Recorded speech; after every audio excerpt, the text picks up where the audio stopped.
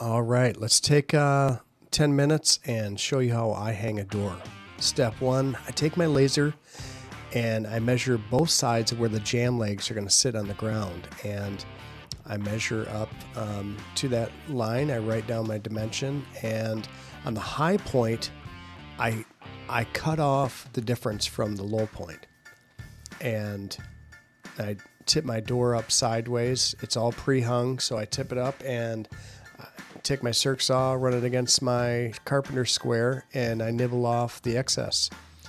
And that way, when the door sits on there, it's supposed to be sitting just dead level.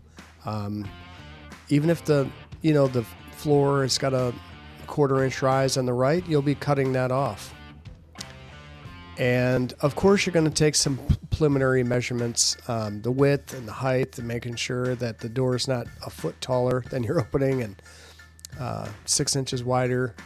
And I want to make sure that I take my laser or any level and make sure that the opening is plumb. And when and if it's not, most times it's not, I just get an idea of who's not playing nice.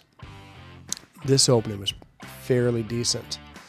When I hang a door, the very first part of the jamb that I install, it's at the top, and I make sure everything is as flush as it can be on both sides at the top only. Then I worry about whatever's happening below the header. I pulled the door slab off, and I'm going to pull the door stops off, that little piece of trim that's connected to the door jamb.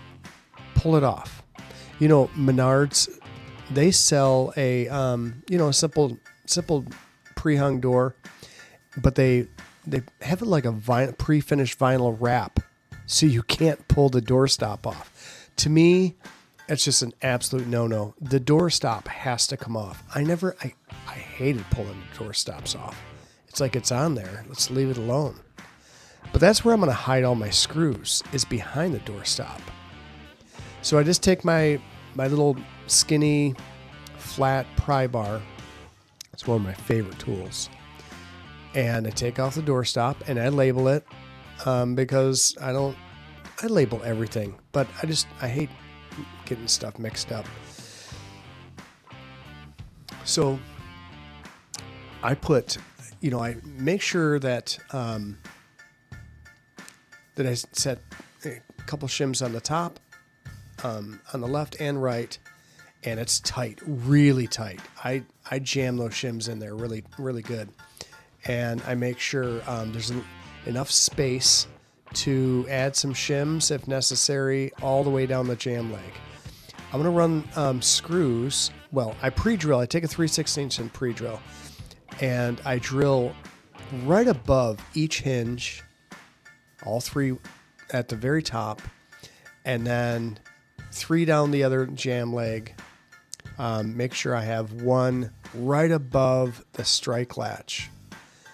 And it's really important that you do that, because I want your shims to lay on top of a 3-inch screw that's going to go in what I've just pre-drilled.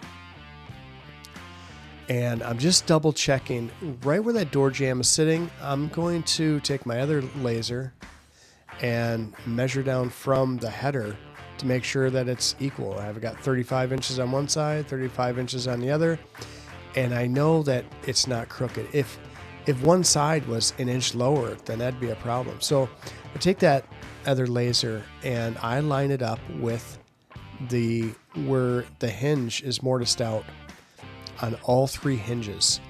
When those are all in a line, I know that door is dead plumb. That jamb leg is dead plumb.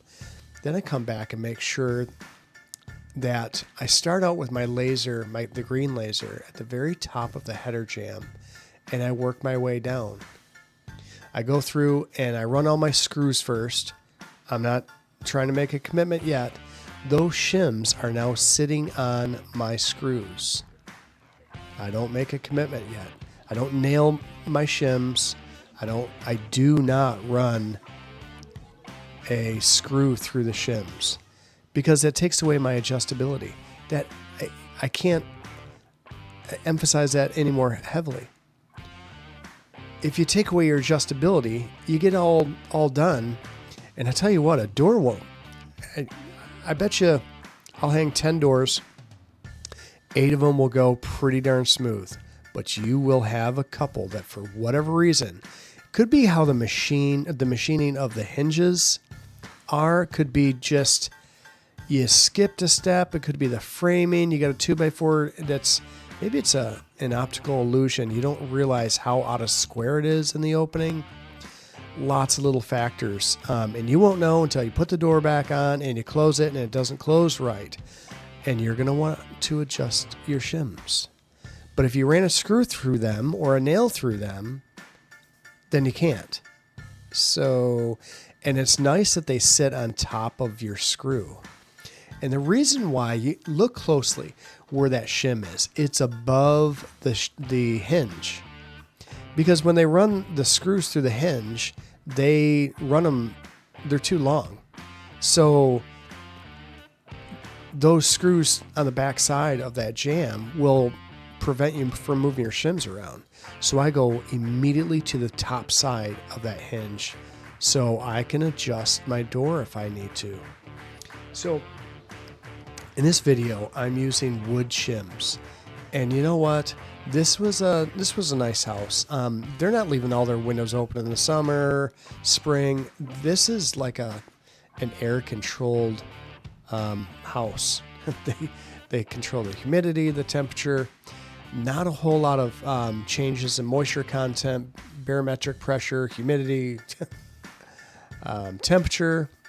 So those shims are going to stay where they're going to stay. Now, if you think at all that you're in a house that they're not really concerned about that, go ahead and use the composite or black shims. You see them at the home centers. Those don't swell as much. They're not as sensitive to all of those factors like moisture content, humidity, temperature. Just a little side note. I've been actually using the black plastic shims more and more often. And I like them. They're a little bit more expensive, but I do like them in a door hanging application. So I do make sure that I shim down, if needed, the header jamb in the center, and I run a screw in there. You can run as many screws as you want. You're going to cover them with the doorstop. So whatever you need. So I'm swinging the door. It closes in the opening, but there's I'm just running my eyeball around the margins. I'm stepping back, taking my time, and I make whatever adjustments I need to with the shims, and then I tighten my screws. And then I'm going to run the doorstop. Where the hinge side of that top doorstop, I want that away from the door slab, maybe 1/8 of an inch or so. So it was too tight there. By the time you put paint on that and the doorstop that's going to connect to that, it's going to rub. So have that away from your door slab. Really important. Don't make it tight. It's a mistake if you make that side tight. So on the other side, I'm going to run the top stop. On this other side, I close the door, flat, and then I do run that one tight. It doesn't bother me. But you can't run it tight on the hinge side because of what I just said. It's very important. You will regret it because when the paint gets on the door, the paint gets on the doorstop. It's really tight and it squeaks every time you close the door. So go through, cut all your shims, and double check all your margins. Make sure everything is nice and flush. The door slab is flush with the jamb. Little side note: every one of my doors, 99.9% of the time, I hang them perfectly plumb and level and geometrically correct in every way. I don't like a door to swing, to close shut on its own or to swing open on its own. So that's it.